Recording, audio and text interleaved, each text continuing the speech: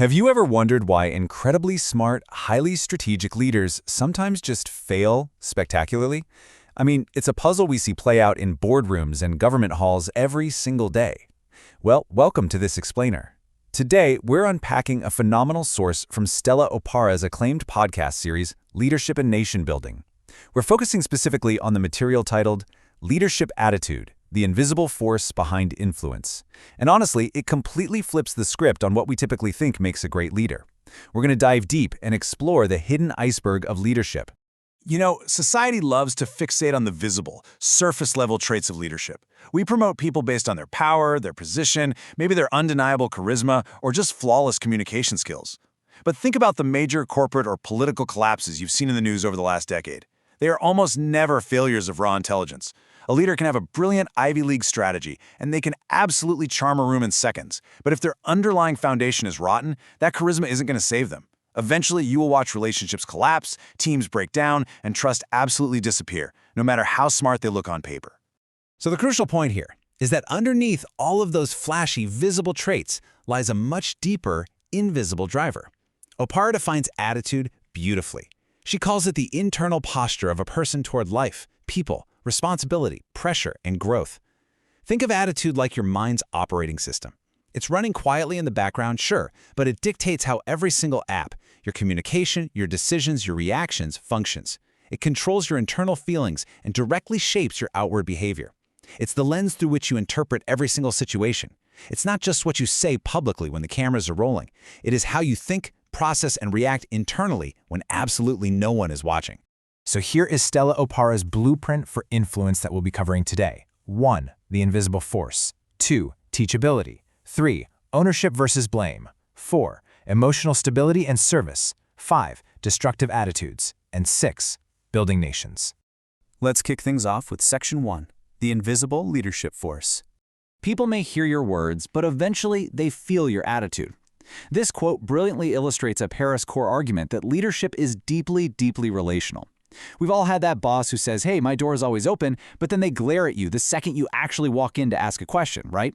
You might say all the right things in a meeting, or you might put out the perfect press release, but if your internal posture is arrogant, insecure, or dismissive, people are going to sense it immediately. Your underlying psychological posture is completely contagious to your team, and let me tell you, it spreads way faster than any memo ever could. Because a team acts like a sponge and absorbs its leader's emotional tone, attitude literally dictates the culture. A leader's demeanor during highly stressful times sets the temperature of the entire room. For example, an attitude of calmness creates psychological safety, meaning the team feels secure enough to actually take risks, innovate, and admit their mistakes without fear of being punished or humiliated. On the flip side, a dismissive or frustrated attitude quietly teaches followers that it's much safer to just remain silent and hide their errors. Ultimately, what a leader tolerates becomes the standard, and their consistency behind the scenes is what builds deep, lasting trust. Moving right along to Section 2, Teachability, the growth engine. Opara issues a really stark warning here. The very moment a leader believes they know everything, that nobody can advise them or correct them, their leadership has already started declining. Why? Well, it's a bizarre paradox of success. The higher you climb in leadership, the harder it is to actually hear the truth. Power kind of acts like a soundproof bubble. It isolates leaders, making it incredibly easy for them to end up surrounded by yes men and enablers who only say what the boss wants to hear. This echo chamber completely disconnects them from reality, setting the stage for massive, dangerous blind spots. To combat this isolation, highly effective leaders fight to maintain the humility to listen and observe. They are constantly asking questions instead of just barking directives. They take time to study and reflect on their own actions. And perhaps most importantly, they remain intellectually flexible. They don't let a loud, fragile ego interpret a necessary correction as disrespect or a disagreement as flat-out rebellion. Instead, they recognize that they don't hold all the answers, and that a junior team member might see crucial details they are completely blind to. Teachability preserves growth. The day the learning stops, the leadership weakens. Now for Section 3, Ownership versus Blame Culture. Here we can clearly contrast two radically different approaches to failure. Imagine a major project at a company fails spectacularly. The immature leader immediately calls a frantic meeting to ask, okay, who dropped the ball? They expend all of their energy deflecting blame, pointing fingers, and protecting their public image, because their primary focus is just avoiding embarrassment. The mature, responsible leader, however, takes ownership. They ask, Where did our workflow fail, and how do we fix it? They focus their energy entirely on improving systems, finding solutions, and seeking the hidden lessons. As Opara points out, taking responsibility isn't a weakness. It is absolute strength. It creates immense trust, because people feel so much safer innovating around leaders who boldly own their mistakes. Which brings us to Section 4, emotional stability and service. When we juxtapose these two styles side by side, a really stark contrast emerges regarding the true purpose of influence. True leadership is stewardship, meant to uplift others. Servant leaders responsibly serve others. They respect human dignity, and they stay grounded. They wake up and ask, how many people am I responsibly serving today? Ego-driven leaders, on the other hand, demand to be served. They ask, how many people serve me? This unchecked ego makes leaders inaccessible, controlling, and proud, which ultimately breeds toxicity, oppression, and a massive loss of citizen or employee trust. Servant leadership is what keeps the leader firmly anchored in reality.